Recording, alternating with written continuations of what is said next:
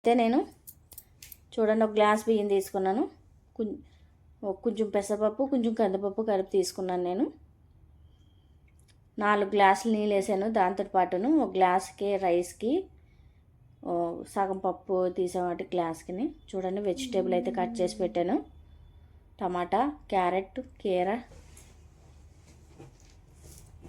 ఇప్పుడైతే ఉప్పు, కారం, పసుపు, సాల్ట్ వేసాను. చింతపండు అయితే నానబెట్టుకుని పెట్టుకున్నాను. ఈ లోపల విజిల్ అయితే పెట్టుకుంటాను. చూడండి పప్పు అయితే అయిపోయింది.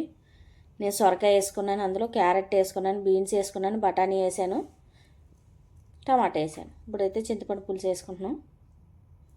తగినంత వేసుకోండి. మీరు ఫస్ట్ కూడా వేసుకోవచ్చు చింతపండు రైస్తో పాటును. ఇప్పుడు దీన్ని కొంచెం ఉడకనివ్వాలి. ఉడకనిచ్చి సాంబార్ పొడి అయితే వేసుకోవాలి.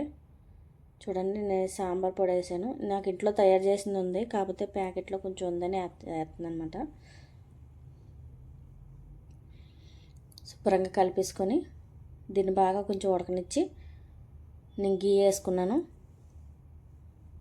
చూడండి ఇప్పుడైతే వెల్లుల్లిపాయలు ఫస్ట్ కొంచెం చిటపట్లు ఆడిన తర్వాత జీలకర్ర, ఆవాలు కొంచెం ఫ్రై చేసుకోవాలి. తర్వాత వెన్నమిరపకాయలు, కరివేపాకు. ఇప్పుడైతే వెన్నమిరపకాయలు వేసుకుందాం. చూడండి అవి ఫ్రై అయిన తర్వాత కరివేపాకు వేసుకొని బాగా ఫ్రై చేసుకోవాలి. కొంచెం ఇంగు ఉంటే ఇంకా బాగుంటుంది. ఇప్పుడైతే రైస్లో వేసుకుందాం. దీన్ని బాగా కలిపి కొత్తిమీర కూడా వేసుకోవాలి.